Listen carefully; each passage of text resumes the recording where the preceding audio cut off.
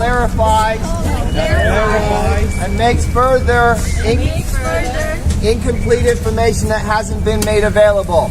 Incomplete information that hasn't been made available. So we are here to clarify that information and provide documents to you that clearly delineate St. James Cathedral's property from that of the City of Toronto. I would like to pass over to my brother Justin here, who will explain this more in depth. So recently in the media, the Most Reverend Dean Stout, Blocking your camera, by the way. that the church is not going to interfere with any planned eviction of occupied Toronto residents. Indicated that We can dispense with the mic check That's the for now. formalities. And has said that the 1959 land transfer agreement governs the use of St. James Park between the city and the cathedral. So we have researched this in the city land archives and also in the Archives of Ontario, and we've obtained copies of the 1959 agreement that basically transfer a portion of the western part of St. James Park to the church and the eastern portion of the park to the City of Toronto. Nowhere in this agreement does it state that the transfer of the western part of the land is governed by the city in any way, shape, or form. It actually transfers all rights to St. James Cathedral. So in the statements of the church regarding this matter, the statements of the church regarding this matter clearly show that there is a property line, and the church is abdicating essentially responsibility on this property line in the case of any eviction. To talk about the implications of this, I'd like to turn this over to Taylor Chelsea. Hi. So, I mean, what this essentially is this. I think this reveals that even something as prestigious and powerful as the church feels the pressure of city and other authorities. They have said unequivocally that they will uphold the result of the injunction. So, you know, some of us were just feeling that the relationship we have developed with the church this far really has been positive in every way. You know, there's been restoration between,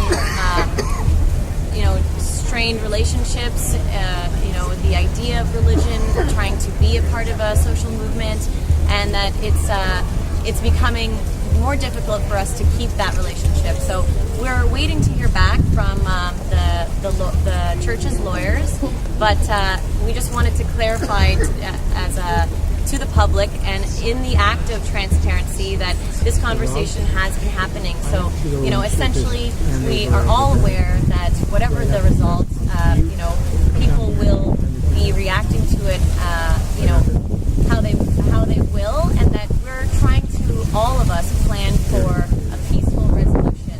And what we've been asking from the church is just to, allow those that, even after being warned and being told that they must leave, did not want to leave, will still continue to believe that constitutional rights supersede bylaws, and those individuals should still see, no violence upon them. So, the idea of the church being able to use its private property to protect those citizens, to protect those individuals who do not want to leave the park, who maybe can't leave the park, that don't have anywhere else to go.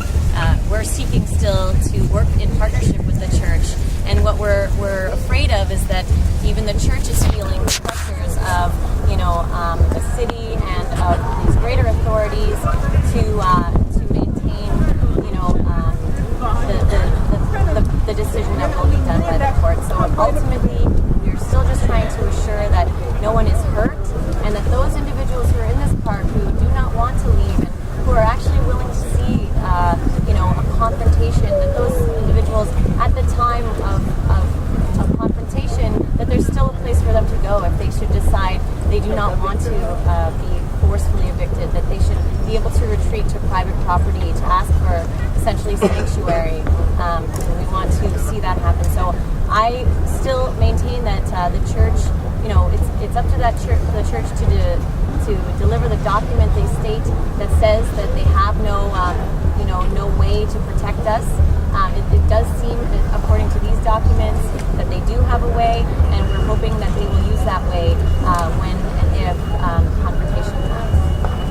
I may make one quick clarification. A request has been made of the Dean to have a meeting with the legal counsel of the St. James Cathedral, and we look forward to having that discussion as soon as possible so that we can clarify these matters to ensure that no one gets hurt and vulnerable people are not made unsafe. I must say, very personally, as a member of this congregation for 34 years, a chorister, a person that was married here 22 years ago, and one that had his child baptized here, I take this property and what is going on here very, very, very seriously. I came down here as the Executive Director of the Institute of Canadian Justice to make sure that people's heads do not get cracked. I am still here to do that. I'm glad to be working with Occupy Toronto, and as these good people have been very much been willing to put forward and put themselves forward to bring about some great ideas. And we've been talking about some great things, further discussions with the Design Exchange, support and summit for the people. These are further discussions and forums that are going forward. So I'd like to further, finish by stating that we very, very much appreciate the position and that the church has been put in, and also we want to appreciate the very good work that they've done with us. They've helped us. The time is now that we want them to stand forward and continue the sanctuary, because this could have been 300 years ago a village anywhere in Europe to which people, persecuted as they were, came to their church for spiritual guidance, for help, and that is the center of our community, and we want it to remain so. Thank you very much for your time today. We'd like to engage your questions on specifically on the issues pertaining to this land transfer and the land deal agreement. So if you could start off with that, we would glad to entertain any other questions after the fact, but let's keep focused right now, please, folks. Thank you. If you could ask your comments, if you don't mind. Kevin Clark, let's go, boys.